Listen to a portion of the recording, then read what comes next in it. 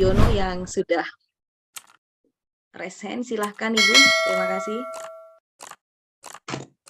Ya, terima kasih Pak Bambang. Ini komunikasi pertama kita ya, tapi saya penggemar kuliahnya Pak Bambang dan mendapatkan banyak bantuan gitu ya. Jadi saya belajar filsafat itu autodidak ya sejak SMA gitu ya. Saya mempelajari eksistensialisme. Praktek hidup saya itu saya backgroundnya psikologi dan sosiologi dan seorang pejuang hak asasi manusia. Tapi saya pelaku menempuh jalan mistik sejak kecil gitu ya, jadi pelaku gitu. Ada dua hal yang saya respon, yang saya tanyakan. Adalah tadi dikatakan bahwa kalau kita ngomong secara kronologis, ada satu gelombang teosentris yang kemudian menjadi antroposentris, dan kita tahu bahwa antroposentris ini menimbulkan musibah kerusakan lingkungan yang serius, dan kalau kita tidak berubah cepat maka akan kiamat ciptaan kita itu akan terjadi. Nah kemudian ada nggak tahu dari mana kemudian ada konsep antropokosmis. Saya setuju ya. Jadi saya sebetulnya tergoncang ya karena saya ada di dalam paradigma antroposentris dengan background religiusitas Protestan gitu ya, yang inklusif. Nah kemudian dan saya secara intuitif melihat bahwa memang materialisme ini kan mendapatkan gugatan yang besar dan kita akan masuk ke dalam satu paradigma baru. Apakah kita berhasil atau tidak kalau sebelum kiamat? Itu pertama, tentang antropokosmis yang saya kira kita harus cepat mensosialisasikannya. Lalu yang kedua, setahun ini secara intensif saya mempelajari filsafat timur yang sebetulnya sudah menjadi minoritas ya. Cina pun sebetulnya juga sudah tidak menjadi pelaku filsafat timur gitu ya. Tapi dari segi psikologi, pandangan-pandangan Pak Bambang terkait dengan meta human ini sebetulnya kan pada dasarnya kan ada pada ajaran-ajaran filsafat timur, Taoisme, terus kemudian Tantrayana dan sebagainya. Nah, saya sangat ditolong oleh filsafat timur yang di mana melihat ada dunia mikro, makro. Kemudian kalau ngomong itu humanisme yang fokusnya pada subjek yang egois gitu ya. Yang kemudian oleh Jung kemudian masuk ke dalam psikologi timur yang ternyata ada subjek yang sifatnya universal, yang disebut transpersonal, dan itu yang sebetulnya yang membawa pada logika meta-humans gitu. Jadi itu sangat dibantu, yang akhirnya ini menjadi jalan keluar dari persoalan peradaban barat yang berkontribusi menciptakan subjek di dalam relasi intersubjektif itu. Kemudian kita membutuhkan perkembangan manusia untuk sampai pada transpersonal, di mana ego ini bisa melihat secara universal gitu ya. Akhirnya masuk ke dalam kesadaran. Nah, seperti misalnya Prof. Tuti Herarti, saya dekat dengan Prof. Tuti Herarti dalam kaitannya dengan kesenian. Saya seorang kurator lukisan kontens. Yang terakhir hidupnya itu saya beruntung ya, saya ada percakapan intensif dengan Prof. Tuti, dan saya rencana mau menuliskan biografinya, biografi ilmiahnya tentang Tuti Herarti. Awalnya beliau melihat Indonesia itu tidak mungkin bisa mengembangkan ilmu karena bahasanya tidak memenuhi syarat untuk pembentukan ilmu. Tapi di akhir hidupnya beliau berubah. di mana kemudian menghormati pemikiran Timur dengan mengangkat 9 orang atau apa yang masuk ke dalam ensiklopedia filsafat di Perancis, dan dia Ibu, berubah gitu boleh ya. Tapi disingkat ya Bu pertanyaannya, iya, Ibu. perubahannya Kasih. tidak dituliskan. Nah, yang mau saya tanyakan, filsafat Timur itu sudah tidak ada lagi Taoisme itu, karena Tiongkok masuk ke dalam komunisme, sehingga Taoisme itu tidak bisa jalan karena Taoisme itu kan basisnya kan spiritualisme gitu. Ini saya banyak diskusi dengan Yusuf Susanto yang membawa saya masuk ke dalam Taiji ini. Jadi ini dua yang mohon respon, dan saya senang sekali dengan kuliah-kuliah dari Pak Bambang. Terima kasih. Baik, terima kasih Bu Esti. Terima kasih juga atas apresiasinya.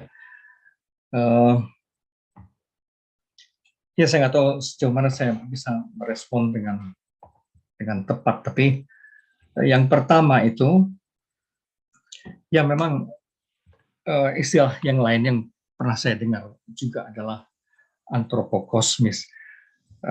Itu semacam menggamit metahuman. Pendeknya, orang makin menyadari bahwa dirinya itu sebetulnya adalah bagian dari semesta yang lebih luas, yang sebetulnya sama sekali bukan baru, tentu saja karena cara berpikir di banyak tempat, di banyak kultur yang non Barat sudah selalu seperti itu juga sih sebenarnya gitu ya. Bahwa kalau pakai istilah Jawa itu kan jagat cilik, kita itu jagat cilik di dalam jagat gede gitu, atau pakai bahasa ininya mikrokosmos dalam makrokosmos. Itu sebenarnya intuisi yang sudah selalu ada sebelum modernitas gitu. Dimanapun juga dalam aneka bentuk yang detailnya bisa berbeda, tapi bukan sesuatu yang baru sama sekali gitu kan ya. Sekarang sebutannya misalnya antropokosmis lah, metahuman lah, ada dari sisi lain lagi ada anthropocene dan sebagainya. Istilah-istilah yang seperti baru, tapi barangkali itu hanya menunjukkan kesadaran baru atas pentingnya aspek-aspek tertentu yang tadinya diabaikan dan sekarang perlu diperhatikan. Begitu. Tapi apakah kalau ditanyakan, jadi pertama dari sudut itu munculnya istilah-istilah itu semua, entah itu antropokosmis, entah itu antropocene, entah itu transpersonal, yang sudah bahkan lebih awal lagi, entah itu metahuman. Sebetulnya kalau bagi saya itu memperlihatkan sesuatu yang rada optimistik, yaitu bahwa manusia kembali menyadari dirinya sebagai bagian dari realitas yang jauh lebih besar, mau disebut apapun gitu. Dan itu sih isyarat yang bagus sebenarnya gitu. Nah, apakah kesadaran ini kemudian bisa menjadi masif, menjadi keputusan bersama umat manusia? Nah, itu yang saya agak kalau secara parsial saya kira bahkan secara paradigmatik umumnya orang sadar itu gitu. Orang sudah sampai ke level itu sih sebenarnya. Tapi urusannya kan pada akhirnya kepentingan gitu ya. Jadi kayak mengurangi emisi karbon misalnya kayak gitu-gitu. Semua juga tahu betapa pentingnya itu. Tapi kalau ditagih komitmennya kayak Amerika segala macam, ya akan mulai ada pertimbangan-pertimbangan tersendiri. Jadi kepentingan-kepentingan lokal, egosentrisme, egoisme kelompok, egoisme negara dan apa, itu yang masih menjadi halangan kesan saya. Yang saya nggak tahu kalau dari sudut itu, persis seperti perang ini juga, apa gunanya sih sebenarnya perang Rusia sama Ukraina itu? Itu seperti yang dikatakan banyak orang, sebenarnya akhirnya nggak ada yang rugi dua-duanya, nggak ada yang untung gitu ya. Rugi dua-duanya, nah, apalagi kalau seluruh dunia nanti terlibat, nggak ada yang menang, semua juga kalah. Tapi hanya ego, kepuasan ego masih keras kepala itu gitu. Jadi kalau dilihat dari sudut itu, ya nggak optimis amat sih. Apakah kita akan sampai ke level benar-benar the next level yang lebih matang gitu, yang lebih yang secara spiritual lebih dewasa gitu seperti dibayangkan Immanuel Kant? Saya nggak tahu ya, karena memang egosentrisme manusia masih sangat-sangat kuat bercokol dalam hal itu. Egoisme negara, egoisme pimpinan, celakanya juga bisa juga malah egoisme agama gitu ya. Itu lebih fatal lagi. Nah, yang kedua, saya kira sebenarnya kurang lebih sejalan, tapi saya menangkapnya filosofi Timur ataupun pendeknya kalau kita mau melihatnya the West and the rest. Nah, berbagai filosofi dari the rest itu, dari sisanya yang non Barat itu, yang secara garis besar sebetulnya umumnya antropokosmik sudah gitu, itu apakah juga akan hilang memudar seperti di China sekarang gitu ya, karena bagaimanapun sosialismenya, garis politiknya masih lebih kuat daripada Daoismenya gitu maupun Konfusianismenya. Itu tuh gimana ya? Jangan-jangan keputusan-keputusan politis yang lebih pragmatis, ya memang ada sedikit kaitannya dengan ideologi-ideologi yang sempat dipilih dalam hal ini, dalam hal Cina itu adalah komunisme. Apakah itu benar-benar kemudian menjadi akhirnya makin dominan? Nah, itu pertanyaan yang terkait ke pertanyaan yang ke-1 tadi. Jadi, mana yang lebih dominan sebetulnya? Pertimbangan-pertimbangan politis belaka atau kemanusiaan yang lebih luas dan lebih dalam ya? Itu yang menjadi pertaruhan ke depan, yang saya tidak tahu jawabnya. Harus menanti ini bagaimana sebetulnya kelak. Begitu Bu Esti. Jadi terima kasih pertanyaannya. Ya, terima kasih Pak. Terima kasih banyak. Terima kasih Bu Esti, terima kasih Pak Bambang. Kita ke Dr. Saka, Pak. Silakan Ya. Dr. Saka. Ya, terima kasih Pendeta Yan. Terima kasih Profesor Bambang. Saya harus angkat topi, kuliah yang bagus sekali. Luar biasa. Jarang seorang guru besar seperti Prof. Bambang. Saya teringat Prof. Bambang, kira-kira sebulan yang lalu, kurang lebih, Luis Caffarelli memenangkan hadiah tertinggi di dunia untuk bidang matematika. Penemuan beliau berkaitan dengan persamaan diferensial parsial dan keteraturan batas bebas dalam dimensi tinggi.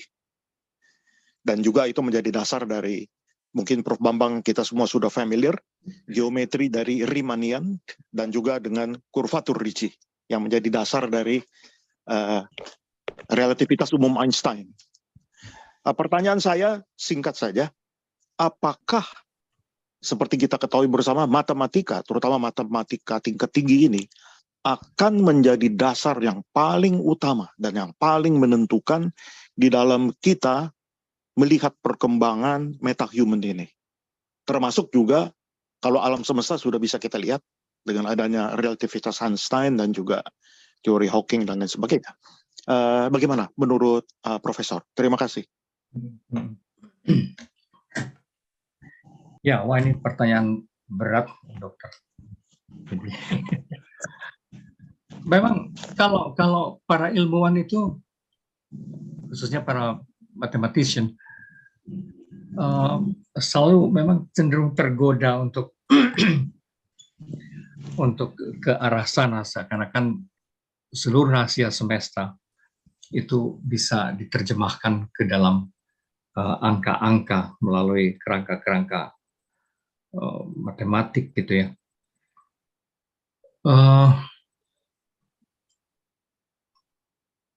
Sampai sebatas tertentu, seperti halnya kehidupan kita, memang bisa dipahami secara cukup mendasar, secara matematis ya, dan ujung-ujungnya bahkan ke algoritma misalnya seperti itu. Itu kan bagaimanapun perkembangan dari logika matematis yang dikembangkan terus demikian. Dan itu memang sudah melahirkan teknologi, dan teknologi sudah menguasai kita, dan dalam beberapa hal membuat kita seakan-akan makin memahami misteri-misteri. Tapi begini ya, itu tuh sejauh menyangkut realitas material fisikal. Saya bisa salah sih, tapi sejauh realitas material fisikal, matematika akan tetap sakti. Masalahnya yaitu tadi cara berpikir, entah itu antropokosmik, entah itu metahuman, pendeknya perkembangan mutakhir yang justru berkorelasi justru dengan kerangka berpikir masyarakat pra-modern zaman dulu, yang justru melihat inti realitas itu sebetulnya non-fisik, non-material. Apa ya, itu tuh interaksi gelombang, tapi gelombang pun memang bisa diukur sih. Tapi apa ya, pendeknya sesuatu yang karena kompleksitasnya tidak sepenuhnya commensurable gitu, tidak sepenuhnya dapat diukur. Saya kok masih percaya itu, apalagi kalau benar isyarat-isyarat tadi bahkan dari kaum fisikawan bahwa inti dari seluruh alam semesta ini sesungguhnya kesadaran. Nah, kesadaran itu apakah betul-betul bisa sepenuhnya dijelaskan in terms of mathematics gitu ya? Itu tuh saya tuh ragu. Ini lebih kaitannya dengan, ya saya bisa salah sih, tapi kaitannya dengan kejiwaan ya. Psike itu kayak kecerdasan. Ketika dulu kita mengukur kecerdasan tertentu lewat IQ, yang kemudian itu diukur, dihitung, dikalkulasikan, ya dapatnya kecerdasan tertentu, kecerdasan sekuensial gitu, kemampuan orang melihat sebab akibat. Tapi ternyata kan kecerdasan itu suatu realitas yang jauh lebih kompleks dan jauh lebih luas daripada hanya kemampuan mengukur sekuensial gitu ya. Pendeknya jauh lebih luas daripada IQ gitu. Orang menemukan EQ, orang menemukan AQ, orang menemukan SQ dan seterusnya, bahkan akhirnya multiple intelligence. Dan meskipun sampai sekarang pun sebenarnya tetap aja kecerdasan itu tetap sangat misterius deh gitu. Terutama ketika mereka yang diduga sebagai autis misalnya akhirnya memiliki tipe-tipe kecerdasan tertentu. Nah, itu sebagian besarnya saya kira, belum lagi kecerdasan mistik dan apa gitu, itu saya kira sebagian besarnya tetap sangat misterius. Nah, saya masih percaya bahwa pada intinya ultimately realitas itu sebetulnya sesuatu yang kita sebut psike ya, apa itu, rohani ya, apa spiritual atau apa pula namanya gitu. Dan itu tuh paling kalaupun bisa dipahami secara matematis itu sebagiannya, selebihnya saya kira akan tetap ambigu, kompleks, dan seterusnya. Ya paling itu ya dokter yang bisa saya duga-duga. Terima kasih pertanyaan Dokter Saka, ini pertanyaan berat sih sebenarnya. Ya, terima kasih Prof. Ya. Terima kasih Pak Bambang. Baik, sahabat Circle, banyak penanya, jadi mohon disingkat lagi pertanyaannya lebih tepat dan spesifik. Silakan Mas Nuruddin. Ya, bisa terdengar ya? Dengar Mas. Ya, terima kasih kesempatannya. Selamat malam Prof. Bambang, senang bisa bertemu kembali. Mungkin saya pertanyaan singkat saja Prof. Bambang. kalau nggak salah Prof. Bambang pernah membahas di Circles juga tentang akasik dan saya lupa nama penemunya itu. Apakah itu masuk ke metahuman juga tadi ya? Seperti akasik, bahasan dan lain. Itu yang pertama. Yang kedua, saya lihat kok tentang kesadaran tadi kok sepertinya sekarang tuh paradoks ya. Yang satu adalah kesadaran tuh kemudian menempel ke kosmik tadi seperti metahuman tadi, tapi ada satu lagi kesadaran yang modelnya disimulasikan, dieksternalisasikan jadi robot, AI, dan jadi transhuman. Jadi saya nggak tahu apakah mungkin memang dunia itu jadi apa namanya ya, masa depan tuh mungkin ya apakah bertentangan antara dua ini atau mungkin ada sintesis baru. Saya nggak tahu, mungkin Prof. Bambang bisa punya penjelasannya apakah ada upaya apa semacam penjembatanan atau ya memang akan konflik lah, yang maksudnya yang satu spiritual, yang satu ke robot. Mungkin itu aja. Terima kasih. Ya. Yang kedua, kalau yang pertama akasik ya memang itu berkaitan juga. Jadi dari Erwin Laszlo, profesor dari Paris, yang kemudian dikembangkan oleh beramai-ramai oleh banyak pihak juga. Yang arahnya juga ke situ, ke bahwa alam semesta ini sebenarnya kesadaran raksasa, kira-kira kayak gitulah ya. Kesadaran raksasa, dan cuma lebih lanjut lagi sih. Kalau akasik itu kesadaran itu isinya informasi, gitu. Dan celakanya di dimensi yang lain yang lebih tinggi, konon tidak ada ruang dan waktu, semua terjadi, agak sulit sekali dibayangkan. Apapun yang telah terjadi, sedang terjadi, dan akan terjadi, konon sudah tercatat di dalam informasi itu. Barangkali kayak gen kita, kayak DNA kita kali ya, nggak tahu tuh. Tapi ini DNA dalam level kosmik kali, nggak tahu tuh. Sulit sekali membayangkannya.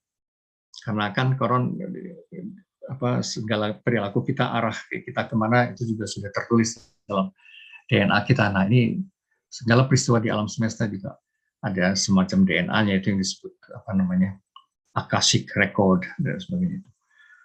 Ya, itu tersendiri, tapi itu memang upaya lain untuk mengartikulasikan kinerja kesadaran kosmik itu. Nah, kalau yang pada level dunia kita saja, itu menarik.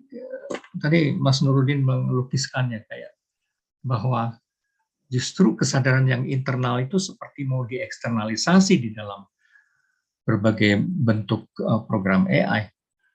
Nah, itu gimana ya? Yang internal, yang sebetulnya nggak jelas itu, gitu. Yang non material itu, yang sementara itu eksternalisasinya justru mau memperjelas semuanya itu, gitu.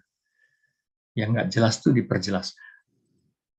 Dan yang daleman itu ditaruh menjadi luaran atau luar dalam, gitu. Nah, itu kelak bakal jadi kayak apa, itu tuh saya juga nggak terbayangkan, selain bahwa kita akan makin mempunyai extension bahwa hidup batin kita makin menemukan kepanjangan tertentu, sebatas tertentu, gitu. Yang dari sudut itu sih memang saya kira terjadi disembodiment, dalam arti kita tidak sepenuhnya lagi terikat pada kebertubuhan kita, keterbatasan fisikal kita. Yang terjadi itu kalau memang si AI-nya itu dalam aneka bentuknya masih bisa benar-benar bekerja sama dengan kita ya. Tapi kalau lebih ekstrim lagi, sejauh mereka masih dalam kendali kita, gitu. Kalau sudah di luar kendali kita, seperti sekarang kita sudah mengalaminya, algoritma yang mengelola big data gitu kan sebetulnya juga sudah mulai di luar kendali kita ya. Kita nggak tahu, malah hampir sebaliknya sih.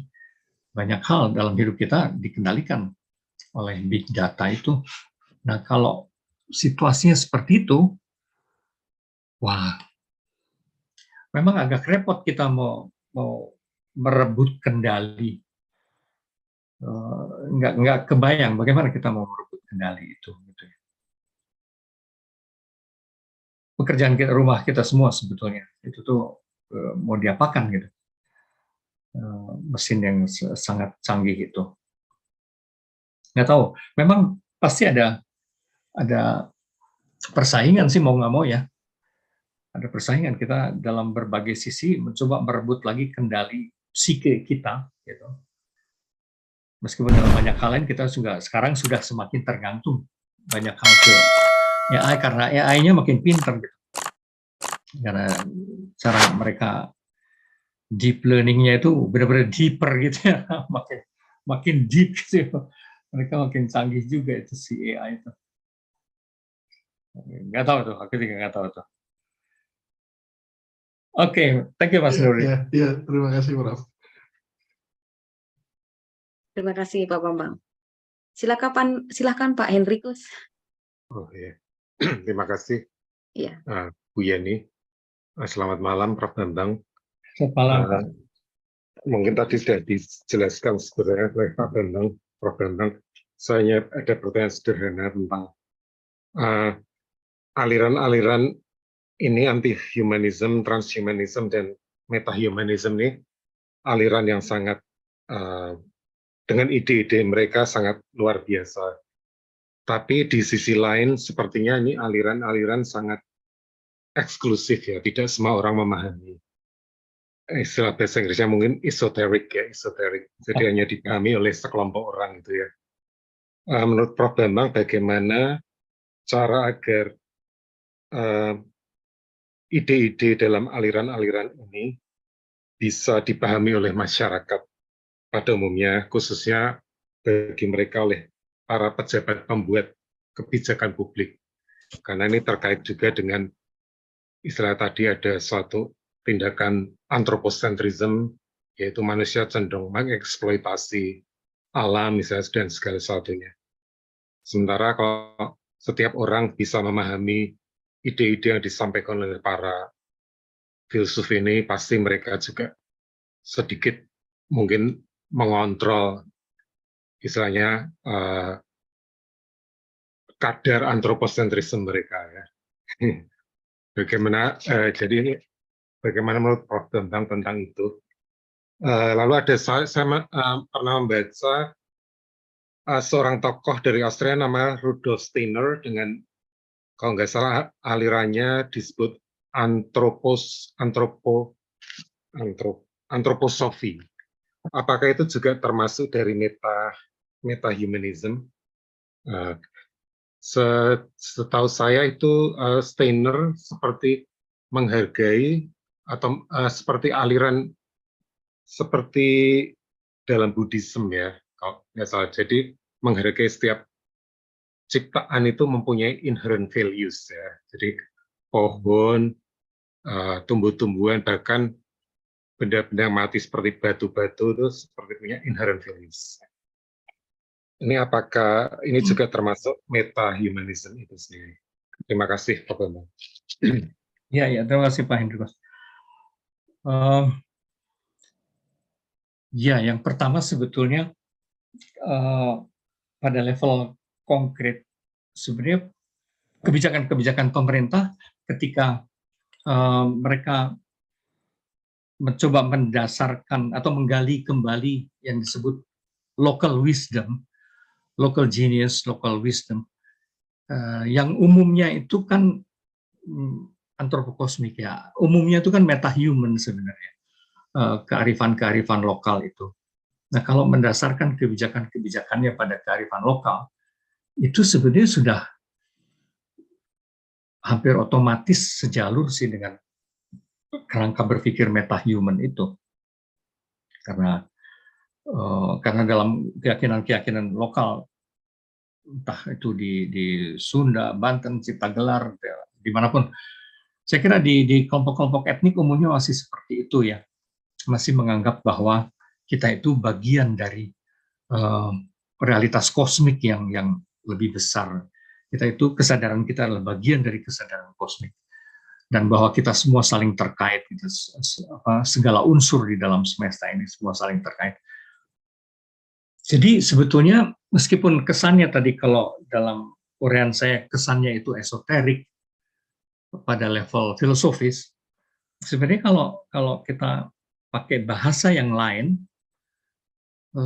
itu bahasa lokal, keyakinan-keyakinan lokal, indigenous knowledge dan sebagainya itu tuh, pengetahuan-pengetahuan lokal itu sebetulnya arahnya juga ke situ sih.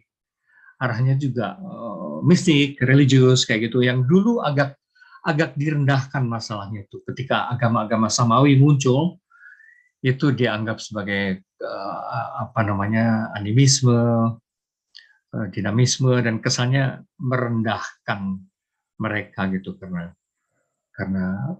kesannya itu takhayul dan segala macam itu. Sampai secara politis bahkan sempat tidak diberi tempat kalau di Indonesia itu kan aliran-aliran kepercayaan. Tapi sekarang kan sudah mulai diapresiasi lagi, dan menurut saya justru ada peluang bagi kebijakan-kebijakan pemerintah untuk mengikut sertakan pertimbangan-pertimbangan dari pengetahuan-pengetahuan lokal, etnik itu. Justru peluangnya sekarang ada, dan kalau itu dilakukan, otomatis ke arahnya sudah ke metahuman antropokosmik kayak gitu. Nah, yang kedua, saya memang pernah dengar tapi tidak terlalu yakin antroposofi. Yang jelas kalau sofinya sih kearifan ya, kearifan manusia. Mungkin mirip-mirip yang tadi saya sebut, bahwa setiap kelompok etnik sebetulnya melahirkan kecerdasan, sebenarnya local genius-nya sendiri. Setiap kelompok etnik itu melahirkan norma-norma dan prinsip-prinsip yang cerdasnya masing-masing itu. Dan pada titik itu sebetulnya esensinya bisa saja bermiripan meskipun tekanannya bisa berbeda-beda. Jadi hampir selalu sih, misalnya kayak orang-orang Indian Amerika itu dibanding dengan keyakinan-keyakinan basic dari orang-orang aborigin di Australia, ya bermiripan sih selalu, bahwa intinya bahwa nenek moyang mereka adalah alam semesta. Selalu seperti itu, gitu. Cuman wujud ekspresinya yang bisa berbeda, dibahasakan dengan secara berbeda. Tapi inti keyakinannya, inti sofisnya, inti kearifannya, saya kira bisa bermiripan sih di mana-mana. Orang-orang Mongol misalnya, yang muncul dalam fenomena perdukunan mereka, sama juga kekuatan mereka mengakui semua juga kekuatan alam semesta sekaligus kekuatan nenek moyang. Tapi di mana-mana bermiripan sih kearifan-kearifan lokal itu. Kalau itu yang dimaksudkan dengan antroposofi, kearifan yang bermunculan di berbagai budaya etnik itu, ya itu yang sekaligus berjajaran sih memang dengan metahuman. Kira-kira sih seperti itu. Terima kasih, Prof. Bambang. Ya. Terima kasih. Pak Undi Gunawan, silakan Pak bertanya langsung. Ya, Pak Bambang bertemu lagi ya. Halo. Mungkin mau obrol santai aja Pak Bambang ya. Ya, berbagi dua hal mungkin ya. Berbagi pesimisme dan berbagi optimisme mungkin ya. Gitu. Tadi saya mulai dari yang pesimis dulu ya, Pak Bambang ya. Kan orang khawatir dengan kecerdasan yang buatan, AI dan seterusnya. Karena mereka ya untungnya mereka masih berbasiskan data yang digital gitu ya. Data yang bersebaran meskipun secara global tapi dalam digital. Dan tadi Pak Bambang dengan pesimis kan, kita bagaimana merebut kendali begitu ya. Karena seolah-olah kita bahkan dipaksa untuk berpartisipasi ke data-data itu gitu ya, dalam berbagai bentuk kehidupan gitu ya, e-filing lah, Scopus lah, ya, apapun itu ya, segala macam itu mau nggak mau merasuk ke situ. Jadi ya mungkin bentuk partisipasi yang dipaksakan gitu, pesimisme itu kemudian muncul gitu. Meskipun tadi Pak Bambang ya dalam penyajiannya sebenarnya ya data yang sifatnya tidak terbatas di dunia 01 itu gitu kan. Ya tentang energi, tentang ya yang tersebar itu ya dalam materi imaterial dan seterusnya. Jadi itu menuju pada optimisme gitu, Bang ya. Karena sebenarnya secara populer saya melihatnya mulai juga diakui atau dikenal juga gitu ya. Mungkin Pak Bambang juga udah nonton nih film Oscar yang terbaru itu ya, yang Everything Everywhere All at Once itu, yang ada Michelle Yeoh itu. Ya, itu kan salah satu adegan luar biasa tuh ketika si ibu dan anak itu ngobrol sebagai batu di film itu. Jadi ini recommended ini buat semuanya. Ya. Ketika adegan itu terus wah ini film ini bagi saya melampaui transenden dan immanence itu gitu dalam adegan itu gitu. Dan ya karena kemudian ya batu punya kesadaran gitu ya atau apa gitu ya, dalam meskipun digambarkan dalam seni populer gitu ya, film dan seterusnya. Dan mungkin generasi muda kita sekarang juga mulai, meskipun dalam tahap luar mulai dengan multiverse gitu ya, di superhero segala macam, mereka mulai mungkin menyadari ya konsekuensi di saya sekarang akan punya konsekuensi di dimensi yang lain gitu, mungkin kan seperti itu dalam.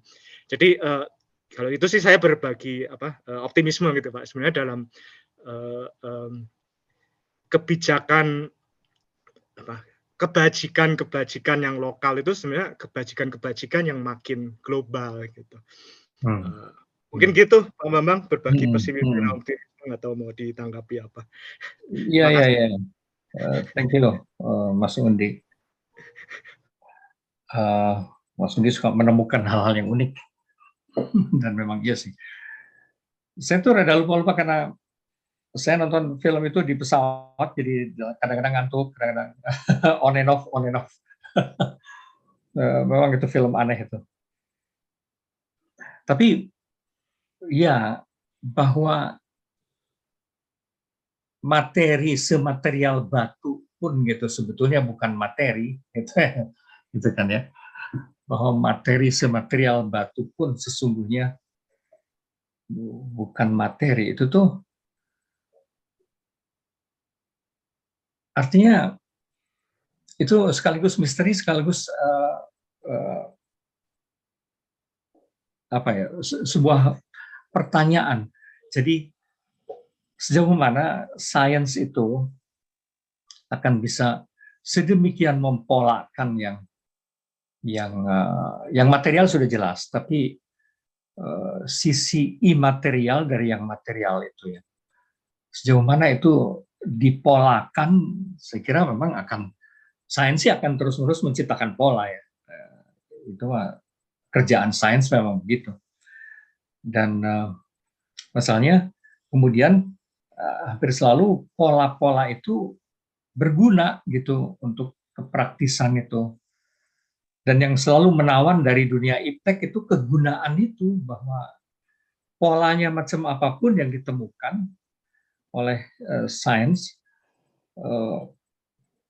itu kemudian menjadi teknologi dan menjadi banyak gunanya untuk kita. Nah, tapi itu persis menunjukkan kemudian ambiguitas kita, apakah segala yang berguna itu kan untuk kepentingan kita ya, berguna itu untuk kepentingan kita, tapi juga sejauh mana itu tuh berguna itu pada akhirnya juga menghubungkan kita. Jadi aneka bentuk algoritma AI dan sebagainya itu sejauh mana itu juga akhirnya lama-lama membuat kita terhubung benar-benar dengan jantungnya realitas atau inti-inti kesadaran seperti yang dicapai oleh para mistikus misalnya. Nah itu pun masih pertanyaan besar buat saya. Jadi kalau para mistikus itu dengan mengerahkan dan melatih kemampuan psikenya, radar psikenya gitu ya, sampai nangkep dimensi lain dan bersambung dengan the ultimate dimension itu, bisakah kita nantinya melalui gawai-gawai tertentu sampai juga tersambung juga ke dimensi-dimensi itu? Karena you know what, yang saya pikirkan tuh di era tahun 68-an itu orang-orang tertentu waktu generasi hippie segala itu lah Mas Ondi. Generasi hippie segala itu orang juga bisa sampai ke kesadaran transendental pakai drugs loh. Pakai drugs loh. Itu jadi kayak Alan Watts, terus apa lagi itu Pak Houston Smith, ya kan itu generasi sakau zaman dulu tuh dengan caranya sendiri. Tapi mereka sampai ke ini ya, sampai ke transendensi tertentu dan kemudian hari ketika mereka sudah berumur, memang mereka tidak menggunakan itu lagi, tapi menjadi petualang-petualang spiritual yang berbobot juga sih. Jadi sampai juga ke dimensi-dimensi meta itu, meskipun awalnya misalnya dengan drugs, gitu ya. Nah, apa nih tadi? Mungkin kita harus kembali merayakan kehidupan. Oh, that's true. Mungkin kita lupa merayakan kehidupan memang sih. Mungkin itu penyakit kita ya. Kita bekerja keras terus gitu. Thank you, Mas Undi. Ya, terima kasih Pak Bambang dan Pak Undi. Silahkan turang kami Wadio Pasaribu. Terima kasih. Mas Wadio. Selamat malam, Pak Bambang yang saya hormati. Malam.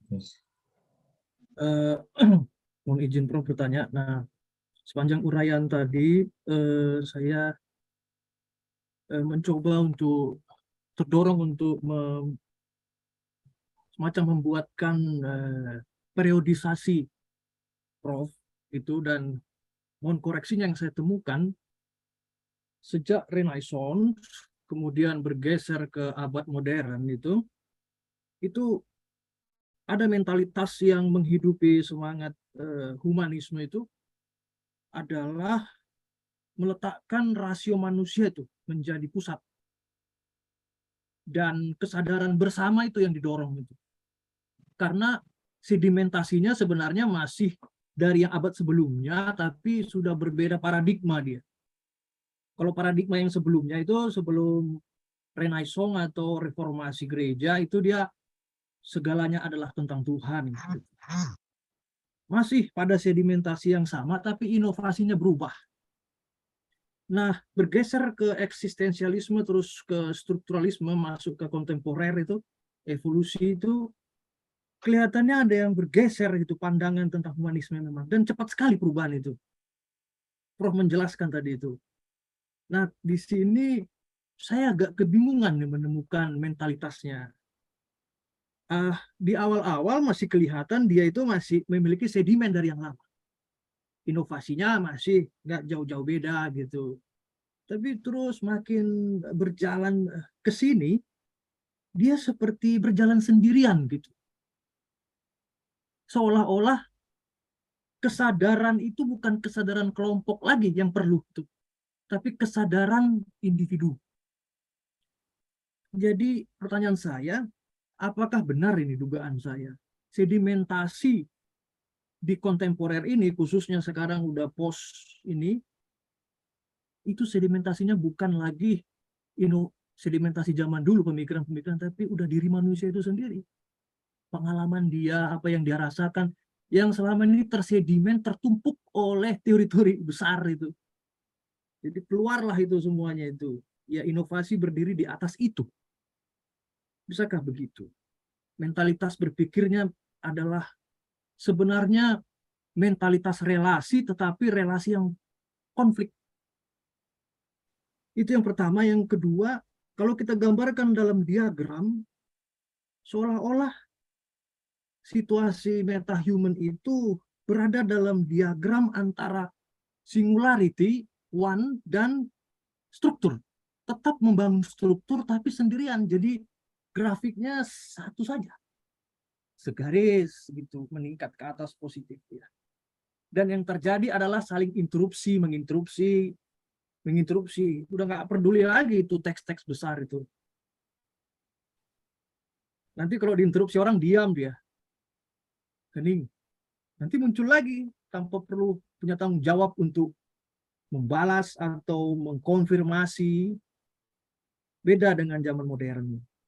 Ada keterlibatan banyak orang, kesadaran banyak orang yang diperhitungkan. Nah, ya saya mengutip kalimat Prof yang menarik, kesadaran manusia terus mencipta keadaban yang lebih desirable. Tetapi yang menentukan adalah sedimentasinya apa. Inovasi tanpa sedimentasi pasti mati, tetapi sedimentasi tanpa inovasi juga tidak banyak gunanya. Ya, saya rasa itu aja, Prof. Terima kasih. Oke, terima kasih Mas Wero.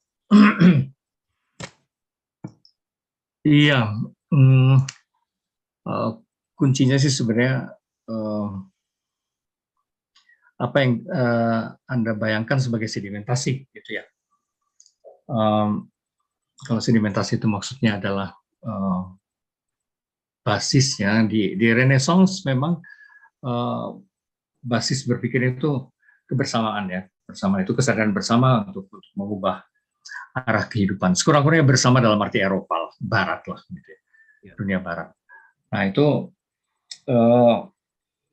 dia ada semacam semangat kebersamaan itu kalau sedimentasi disebut seperti itu, dan sekarang menjadi berbeda gitu kebersamaan itu. Bagaimana sejauh saya tangkap tuh apakah seperti itu gitu ya, bahkan lebih lanjut lagi tadi Mas Wadyo mempertajam itu, bahkan menjadi sekarang itu menjadi sendiri-sendiri ya, kesadaran sendiri-sendiri sendiri melawan struktur misalnya gitu, atau menciptakan struktur masing-masing, kemudian saling berkontestasi antar kesadaran struktur yang bermacam-macam itu. Apa betul begitu ya? Memang situasinya tuh paradoksis sekarang itu. Kalau secara fisik jelas-jelas pikiran kita semua saling terkait lewat internet, lewat media sosial, dan kultur saling berbagi itu semakin kencang juga gitu. Kultur saling berbagi itu semakin kencang ya, kita saling berbagi, saling share apapun juga gitu. Dan orang menyebutnya sekarang sedang muncul juga free culture. Kalau dalam arti itu sih kebersamaan justru makin global gitu ya, makin mondial kalau dilihat dari sudut itunya. Tapi kan situasi kita tuh memang paradoks sekali, paradoks. Karena pada saat yang sama justru ketika jejaring, sharing dan sebagainya itu mencakup skala global, terjadi pula kebalikannya. Justru manusia-manusia sekarang membentuk apa disebutnya, mereka bilang filter bubble-nya sendiri, hidup di dalam filter bubble-nya sendiri. Karena yang mereka cerap itu hanyalah informasi-informasi yang sesuai dengan kepentingan kelompok masing-masing gitu ya. Sehingga meskipun kita hidup di dalam dunia yang sudah tersaturasi, berlimpah ruah informasi, sebenarnya informasi yang kita serap justru makin sektarian ya, semakin sempit-sempit. Ya itu ada paradoks seperti itu sih. Nah kalau dilihat dari sudut itu, memang itu pekerjaan rumah kita juga. Bagaimana situasi paradoks ini akhirnya akan berakhir di kemudian hari. Apakah benar-benar terjadi kerjasama bersama pada level global, atau justru tendensi multipolar itu yang akan menghancurkan kita bersama, membuat kita bunuh diri, misalnya. Itu ya. Jadi semangat Renaissance itu memang sudah berubah terus gitu. Kalau tadi Anda bilang sedimentasinya, seakan-akan seperti menjadi makin individual. Mungkin tidak persis individual, tapi kelompok-kelompok kecil-kecil kali ya. Seperti itu kali. Nah, yang tentu kita semua juga nggak tahu bakal berakhirnya seperti apa antara kepentingan kelompok dengan jejaring yang sudah terlanjur global. Bakal jadi apa gitu. Dan mungkin salah satu bakal kasus belinya soal Rusia Ukraina ini kemungkinan gitu. Entah bakal jadi apa akhirnya ujungnya. Gitu ya Mas Wadio. Ya, terima kasih Prof. Sehat selalu. Terima kasih Profesor Bambang. Pak Bambang, sebenarnya waktu kita sudah 21.08, tapi masih ada yang resen dan juga ada yang bertanya di chat room. Bagaimana kira-kira Pak? Yang siapa tuh Dokter Jimmy? Ya. Iya, Pak. Dan di chat room juga ada yang sudah dari tadi ngantri pertanyaannya, Oh Pak. gitu. Oh ya, Boleh kita habiskan saja itu, Pak, yang terakhir bersama Dokter Jimmy. Ya, terima kasih. Saya singkat saja, Bro. Saya Baik. sebenarnya awam. Ya, silakan Pak Jimmy. Iya, saya awam dalam ilmu filsafat. Tetapi di era yang saya lihat ya, Prof, ya, di era digitalisasi dan revolusi dunia digital, informatika, teknologi, artificial intelligence dan lain-lain. Ternyata menurut pendapat saya muncul semacam gejala homo hominis lupus, mungkin kok, tolong koreksi kalau bila saya salah. Contohnya seperti mereka ingin menguasai satu daerah, mereka tidak peduli, mereka jadi serigala bagi manusia lain. Nah, yang saya ingin tanyakan bagaimana pendapat Prof tentang kondisi dewasa ini, kaitannya nanti dengan dunia industri teknologi informatika yang luar biasa maju sangat pesat dan berlari secepat kilat ini, Prof. Itu aja, Prof. Iya, terima kasih, Dr. Jimmy. Saya tuh sebenarnya ingin begini, bahwa selalu ada kecenderungan manusia untuk menguasai yang lain. Sepertinya memang itu tuh natural ya, dan itu nggak bisa dikatakan bersama kemodernan sekarang. Naluri itu hilang, saya kira enggak juga. Bahkan mungkin bergeser-geser aja. Jadi kalau pada skala yang lebih luas, kalau dulu ada negara adik kuasa seperti Amerika, Eropa, kemudian disusul Jepang, dan sekarang yang akan menggilas mereka barangkali China atau India. Nah, bergeser-geser aja gitu siapa yang mendominasi itu. Tapi naluri untuk mendominasi itu jangan-jangan, ini pertanyaan saya sendiri juga, jangan-jangan tidak akan pernah hilang. Cuma saya kepengen meyakini seperti dikatakan jadi sekarang itu bermunculan orang-orang yang menulis big history ya, menulis ulang big history. Jadi apa yang sudah terjadi sepanjang sejarah manusia ini. Jadi sejarah dikaji ulang oleh para penulis big history. Salah satunya David Christian misalnya, tapi ada beberapa lagi, Rutger Bregman misalnya. Ada beberapa orang yang menulis ulang sejarah, termasuk Harari, itu Yuval Noah Harari. Dan mereka banyak yang menemukan sebetulnya kekuatan manusia yang akhirnya melahirkan peradaban-peradaban besar. Itu bukan pertama-tama ambisinya, bukan juga akal budinya, tapi kemampuan kerjasamanya konon. Nah, itu buat saya itu menarik ya. Yang membedakan manusia dengan binatang, yang akhirnya membuat manusia bisa melahirkan peradaban yang gila-gilaan, gitu, yang tidak dimiliki binatang paling cerdas apapun. Itu adalah kemampuan kerjasamanya yang unik, dan kemampuan kerjasama itu sekarang itu semakin menjadi-jadi sebenarnya, meskipun paradoks ya.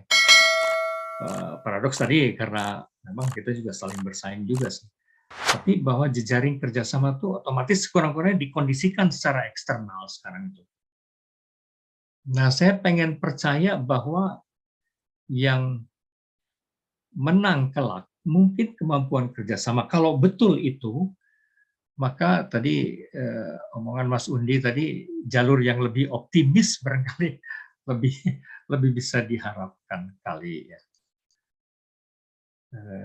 Gitu. Terus tergantung betapapun kita pengen saling melindas, pengen mendominasi, tapi apakah nanti yang menang itu dominasi atau kolaborasi?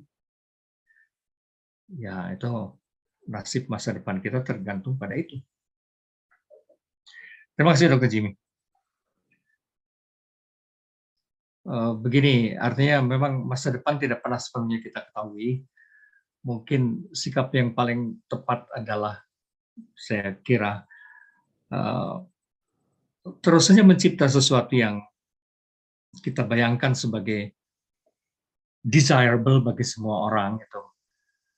Jadi keep creating apapun yang kita bayangkan memang lebih layak dihasratkan oleh peradaban kita semua. Gitu.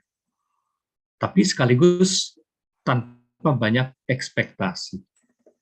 Karena bakal terjadinya seperti apa, akhirnya hasilnya seperti apa, tidak sepenuhnya di tangan kita juga, gitu kan. Jadi mencipta apa? Mencipta yang bagus saja. Terus ini mencipta yang bagus, apapun. Begitu, terima kasih.